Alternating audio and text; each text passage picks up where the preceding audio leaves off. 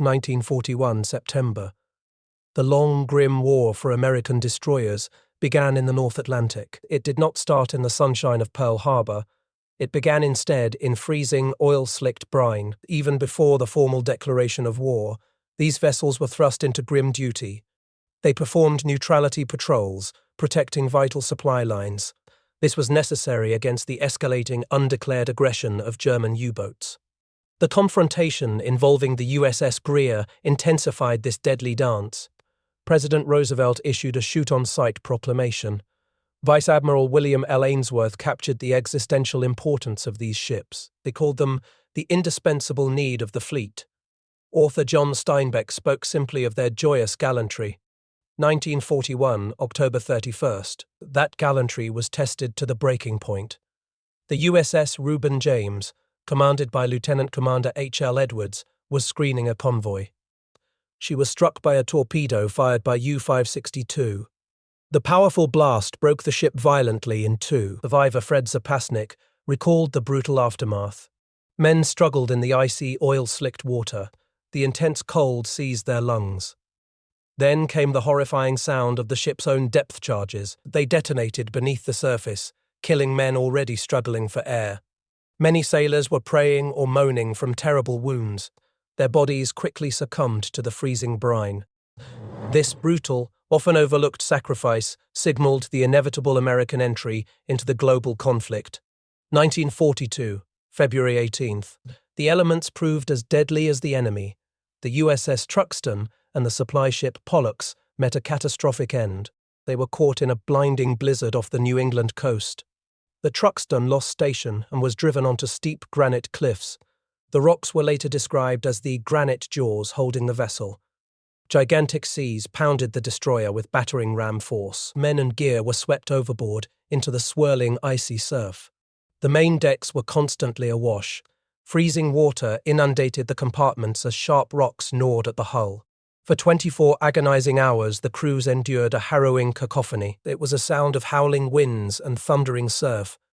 In a desperate bid for life, 2 sailors scaled a cliff. Apprentice seaman Edward R. Bergeron and Chief Fire Controlman Edward B. Peterson faced a virtually perpendicular, ice-encrusted 200-foot rise.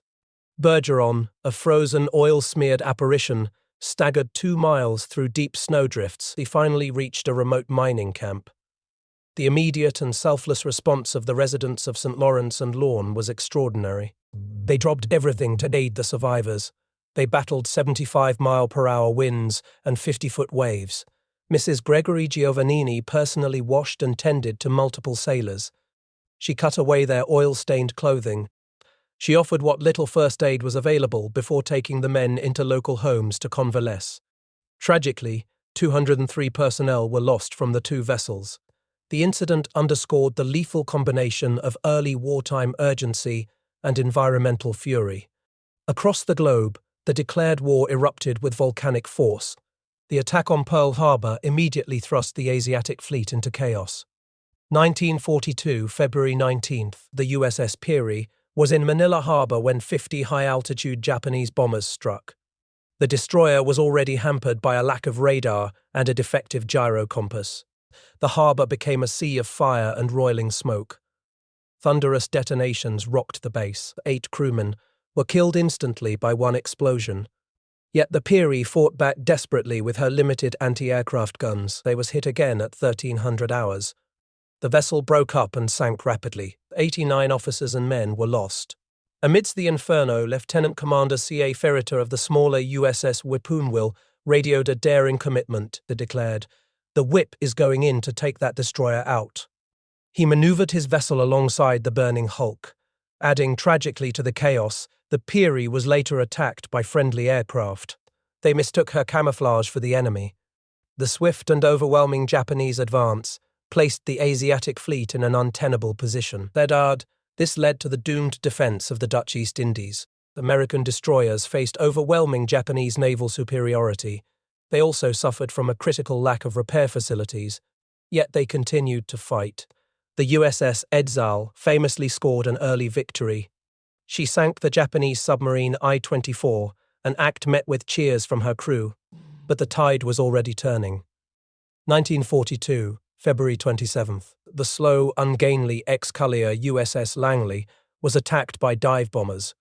The Edsall took on 117 survivors. The Langley was then scuttled. The endgame for Allied naval power in the region culminated in the catastrophic Battle of the Java Sea. It began on February 27, 1942. This battle led to the dissolution of the combined ABDA forces. The USS Pope was among the vessels attempting a desperate flight. She was pursued by overwhelming Japanese cruisers and destroyers. After emerging from a rain squall, the Pope was sighted by a scout plane. This led to an aerial attack that reduced her speed. The attack also damaged her propeller shaft. She was out of torpedoes and low on ammunition. 1942, March 2nd, 12:50 hours. Her skipper, Lieutenant Commander William C. Blinn, led the abandonment of ship. Despite the dire circumstances, the crew's resolve remained high.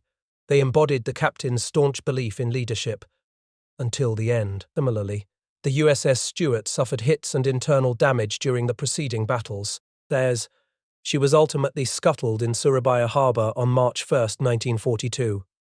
This desperate measure was taken to prevent her capture. It marked the final collapse of the Allied defence.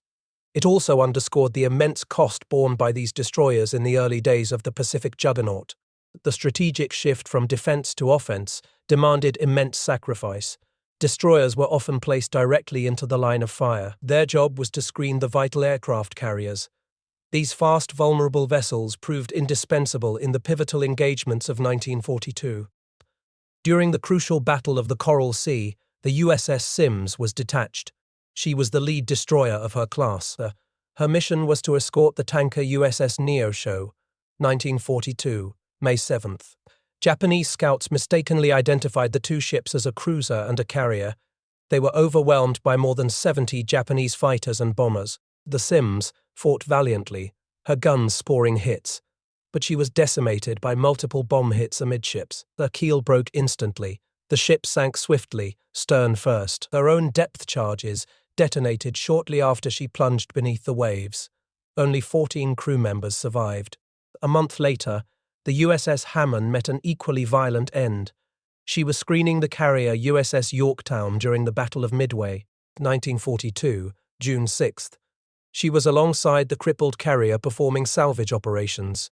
The Hammond was struck by a torpedo from the Japanese submarine I-167 Wright. The torpedo slammed into her No. 2 boiler room. It snapped her keel immediately. She sank in a mere 4 minutes. The subsequent detonation of her depth charges caused horrific further casualties. These men were already struggling for survival in the water, but not all losses were due to direct enemy action.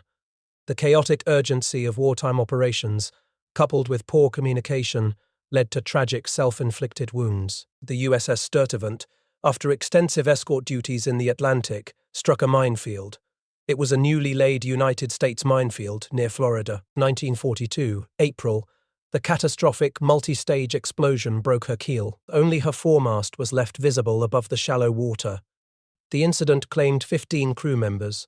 4 months later, in the Pacific, the USS Tucker suffered a repetition of this fate. While escorting a freighter in the New Hebrides, she struck a newly seeded United States minefield. The blast buckled her keel. She ultimately broke in half during a failed salvage attempt, and these losses underscored a brutal reality. The hazards of their own making could be as lethal as the enemy. The initiation of the Guadalcanal campaign in August 1942 plunged the fleet into an entirely new dimension of warfare. The United States amphibious landings on August 7th triggered immediate, relentless Japanese retaliation. These actions transformed the surrounding waters into a graveyard known chillingly as Iron Bottom Sound. The destroyer USS Jarvis exemplified the chaos of this period. After being torpedoed and fired upon by Japanese cruisers, a 50-foot hole gaped in her forward boiler room. The skipper, Lieutenant Commander William W. Graham, Jr., made a bold, desperate decision. He attempted to steam the crippled destroyer to Sydney, Santa Ana surface. She was slogging along at about 8 knots through enemy waters. It proved to be a forlorn hope. The Jarvis, carrying her crew of 247 souls, was ultimately lost. Her fate remained unknown for many years. The Battle of Savo Island, fought on August 8th and 9th, 1942, was a devastating defeat for the Allies. It exposed critical weaknesses in coordination. It also showed a fatal underestimation of the Japanese Navy's superior night fighting capabilities. They were armed with deadly long-lance torpedoes. The chaos was further compounded by fog and internal collisions. On August 22nd, the USS Ingraham, dispatched to guide a transport, was struck on the fantail by the USS Buck. This collision dislodged her own depth charges, which then detonated beneath the stern. Before the crew could register the shock, the heavily laden tanker Kaemung plunged into the Ingraham's after section. This impact heeled the destroyer over and shoved her ahead like a snowplow. The Ingram exploded internally, instantly becoming a sizzling wreck. She sank swiftly, with only 1 officer and 10 crewmen ever found. The USS Blue, which had fought valiantly during the Pearl Harbor attack, was also present, 17. She was guarding the southwestern approach to Savo Sound on the night of August 8th and 9th. Suddenly, she detected high-speed propeller noises. 2 ominous phosphorescent torpedo wakes sliced toward her. She was struck on the starboard side aft. The tremendous explosion shook her from truck to keel and nearly blew off her stern. A multi-day struggle ensued to tow the crippled destroyer to safety. However, her damaged stern was ready to break off. Facing the risk of her falling into enemy hands, Rear Admiral Turner ordered her scuttled. After a brief pause, her bow shot straight up into the air. She plunged swiftly to the bottom. The high attrition rate continued through the fall months. The Battle of Cape Esperance, on October 11, 1942, proved particularly costly. The USS Duncan, commanded by Lieutenant Commander Edmund B. Taylor, became confused during a maneuver. She plunged headlong into both the enemy's guns and the American barrage. Struck in her forward fire room, the Duncan reeled out of the battle. She was staggering in circles, her forecastle and bridge engulfed in flames and rolling smoke. The surviving crew watched helplessly as the fiery Duncan continued to burn. The ammunition exploded relentlessly until she vanished beneath the surface the next day under a pillar of smoke. Elsewhere, the destroyer USS De Haven was struck by 4 bombs during an escort mission. They lost her captain on the bridge and plunged quickly to the seabed. This tragedy claimed 167 crew members. The Naval Battle of Guadalcanal in November 1942 escalated the fighting into a series of desperate, chaotic engagements. Historians would later describe it as a barroom brawl with all the lights turned out. The Imperial Japanese Navy deployed overwhelming battleship firepower as pitted against American forces reliant on nascent radar technology. These forces were often severely hampered by poor communication. On the night of November 13, 1942, the USS Laffey, USS Monson, and USS Cushing found themselves in a deadly melee. The Laffey, under Lieutenant Commander William D. Hank, charged the gigantic silhouette of the battleship Hiei. In a desperate close-range engagement, she fired 6 torpedoes. Failing to arm, they bounced harmlessly off the Hiei's armored sides like frolicsome dolphins. The Laffey then absorbed a deluge of 14-inch shells and a final torpedo hit. As her crew abandoned ship in good order, they were tragically pulled down. They succumbed to the suction of her shattered remains as she plunged to her final resting place. The Monsen, illuminated under a cluster of star shells, was instantly answered by heavy shell fire. She was quickly reduced to a mass of twisted and mangled scrap. Her bridge was demolished, and her engineering spaces were ruined. Despite the dire situation, Boatswain's mate Second Class C.C. Story led a daring rescue. He pulled 8 wounded crewmen from a trapped compartment. He performed this action while braving the possibility of the ship blowing up. The Monsen ultimately lost 150 of her crew. The USS Cushing attempted a torpedo attack on the Hiei. However, a cacophony of voices jamming the TBS radio circuits prevented her request from being heard. She was then locked in tight by a searchlight. She was torn asunder by an avalanche of Japanese shells. Her engineering plant was left in ruins, and she lost all power. Her magazines exploded internally. Her survivors watched their burning destroyer drift away, serving as a funeral pyre. Finally, the USS Preston, part of Rear Admiral Willis Ching Lee's task force, was rapidly destroyed. She was hit by 8-inch projectiles from the Japanese cruiser Nagara on November 14th. Reduced to scrap within minutes by a cyclone of hot steel, her bridge and pilot house were demolished.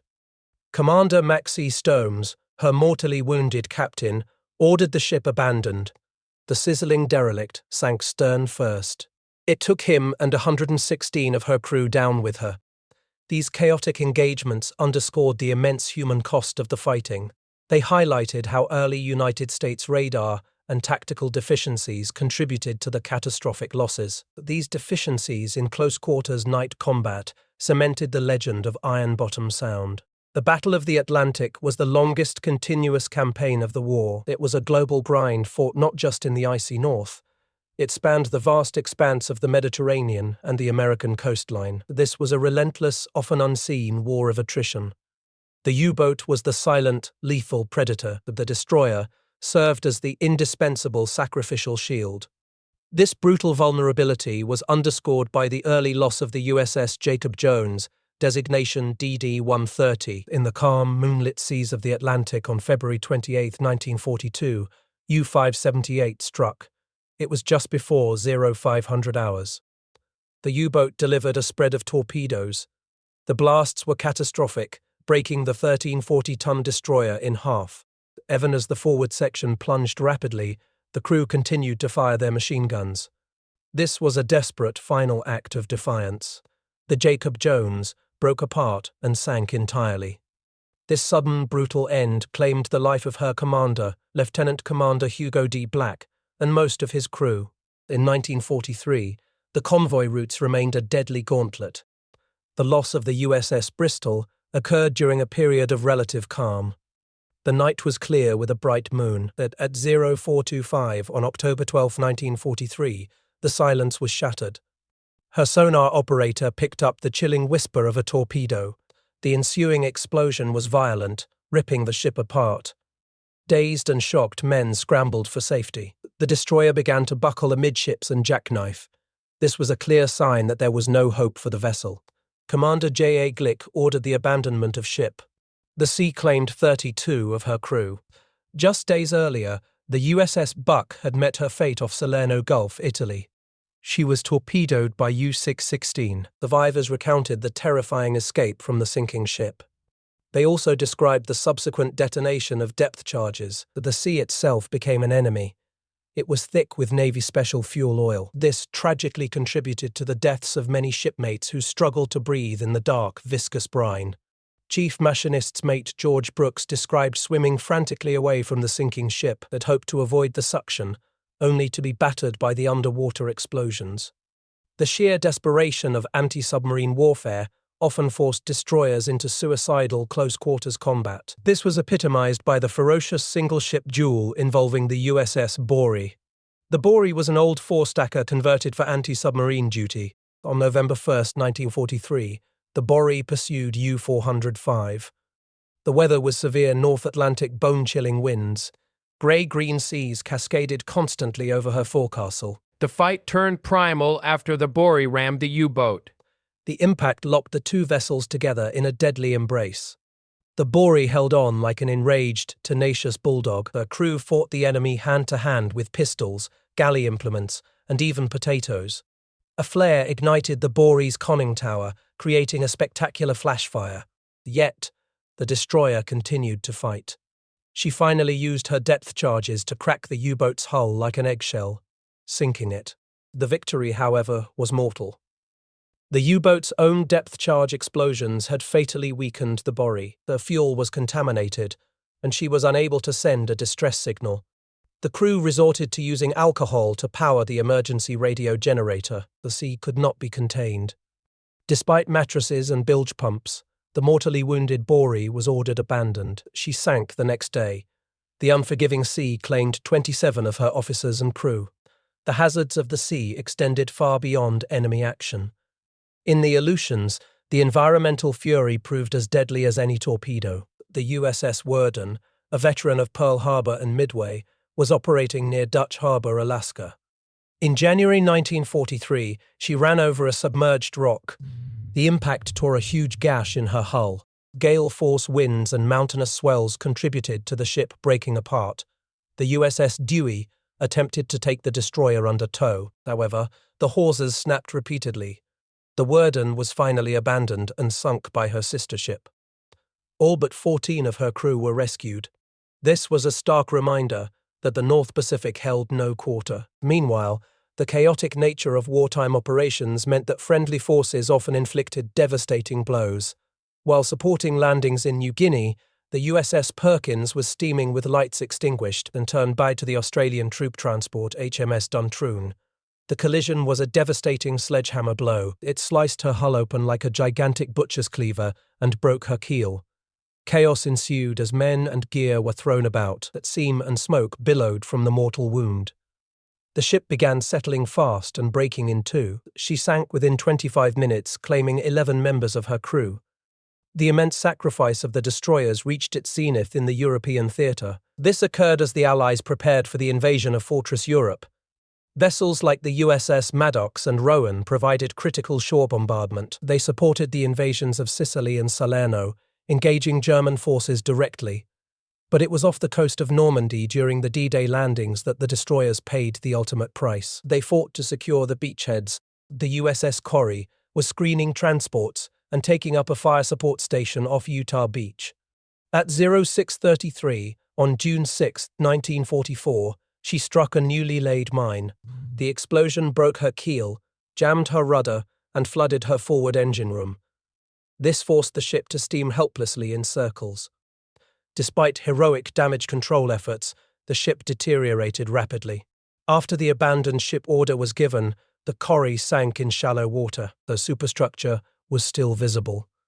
For 2 agonizing hours, she endured punishing fire from German shore batteries. Survivor Lou Tanger found that his inflatable lifebelt failed. He managed to cling to a powder charge can tossed overboard by his shipmates for flotation. 22 crew members were lost. The tragedy was swiftly compounded. On June 8, the USS Glennon struck a mine on her stern. This damaged her propeller shafts and flooded after compartments. The HMS staff attempted to take her under tow. However, the Glennon's stern touched bottom, rendering salvage impossible. To compound the nightmare, the USS Rich, attempting to assist, struck 3 mines and broke apart nearby. German shore batteries then opened fire on the stationary Glennon. The second salvo smashed into her after engine room, knocking out power. The Glennon absorbed over a dozen direct hits. She finally rolled over and sank on June 10, 1944. Just a day earlier, the USS Meredith DD-726 had also struck a mine. She was on patrol off the Bay of the Seine. The mine created a 65-foot hole on her port side. She took on a severe list. Despite jettisoning topside gear, her condition worsened significantly.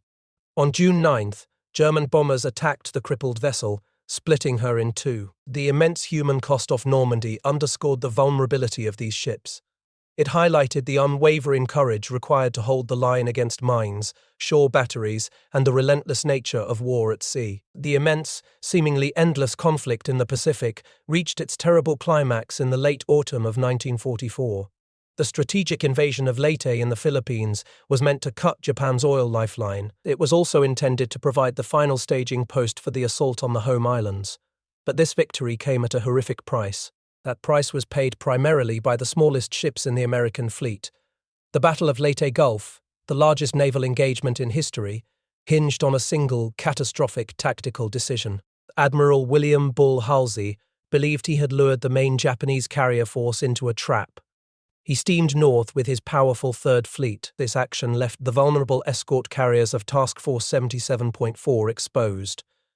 This group was known collectively as Taffy 3. These carriers carried only light armor and thin-skinned aircraft. They were guarded by a handful of destroyers and destroyer escorts.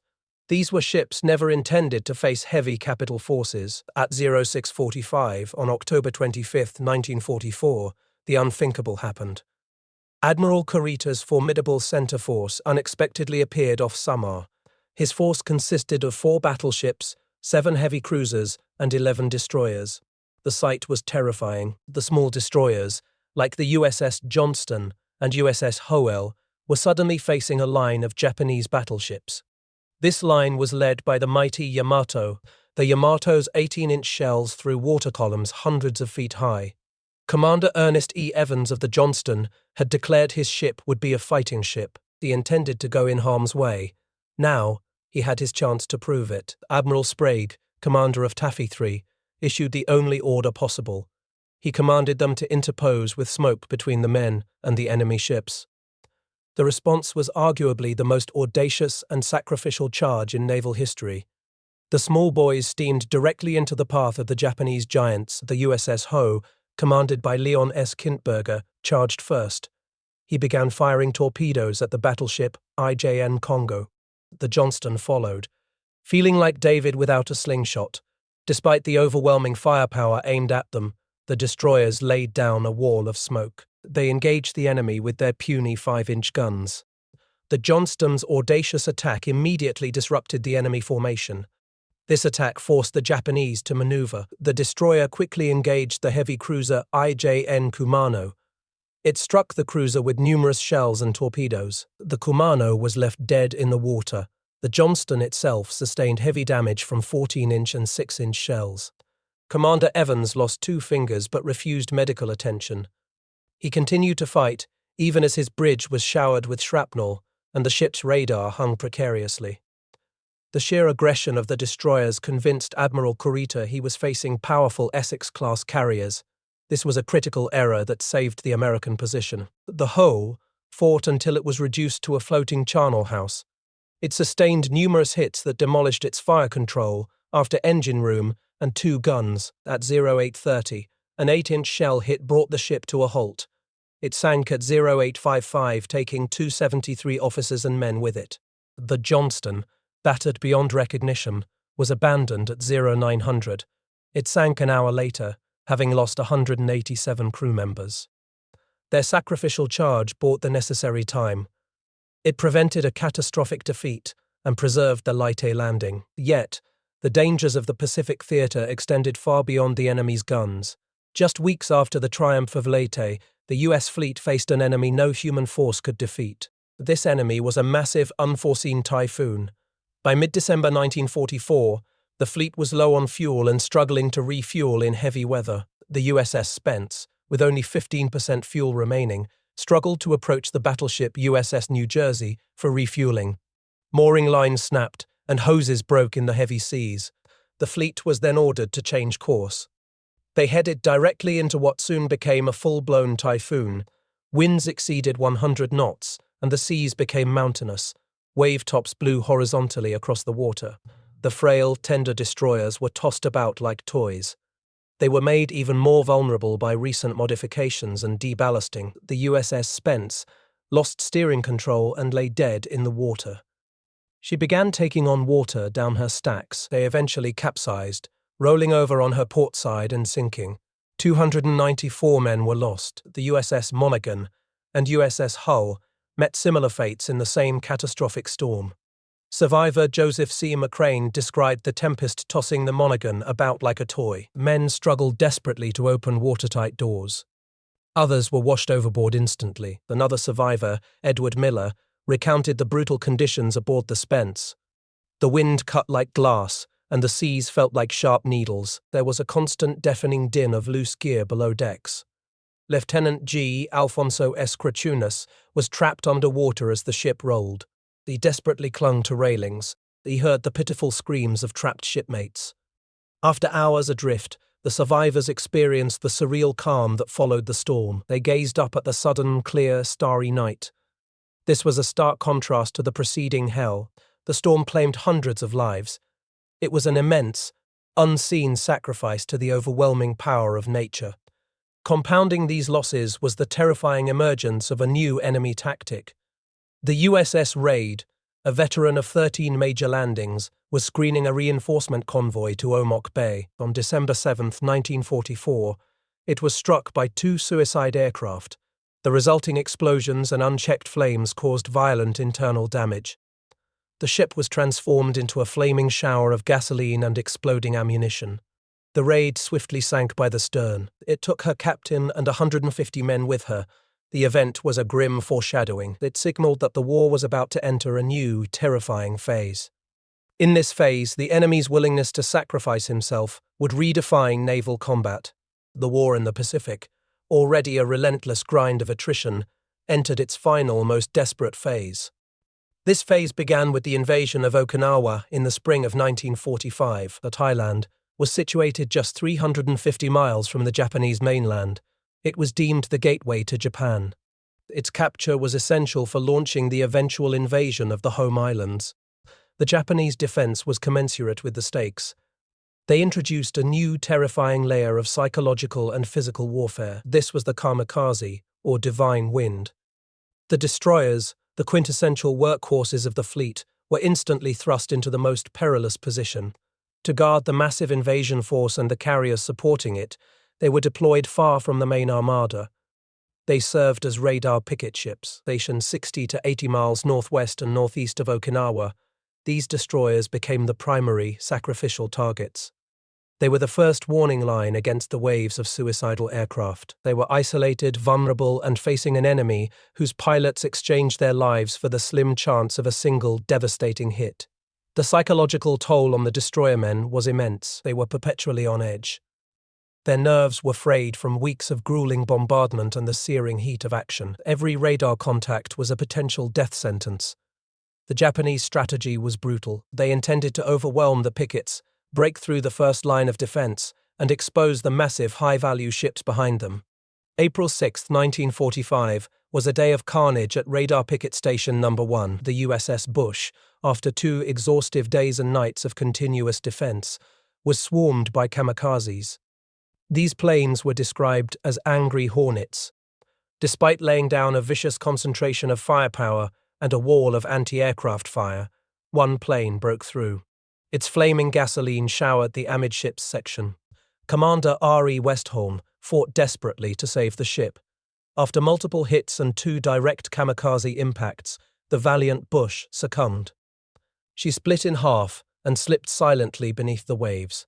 She took 87 men with her. The USS Calhoun, under Commander George R. Wilson, bravely interposed itself between the damaged Bush and the incoming attackers.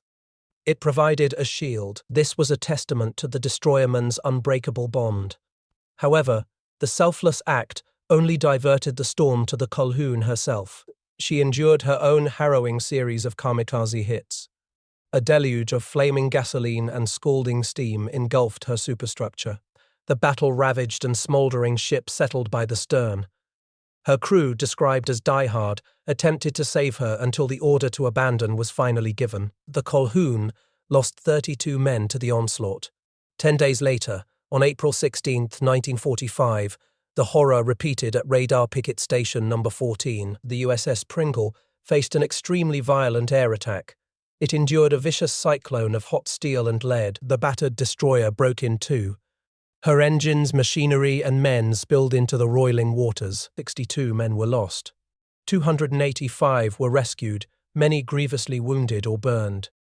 Perhaps the most chilling loss occurred on April 12, 1945, at Radar Picket Station No. 4. The USS Manat El Abalay was struck by a kamikaze. However, her fate was sealed by a terrifying new weapon. This weapon was the Oka, a manned, rocket-propelled bomb. The bomb carried a 2,645-pound warhead. The Oka skimmed just above the water at 500 miles per hour before impacting the ship. The sheer force of the explosion broke the Manat El Abalay's keel. She sank instantly, claiming 82 lives. Lieutenant George L. Way, despite his own injuries, immediately organized rescue efforts.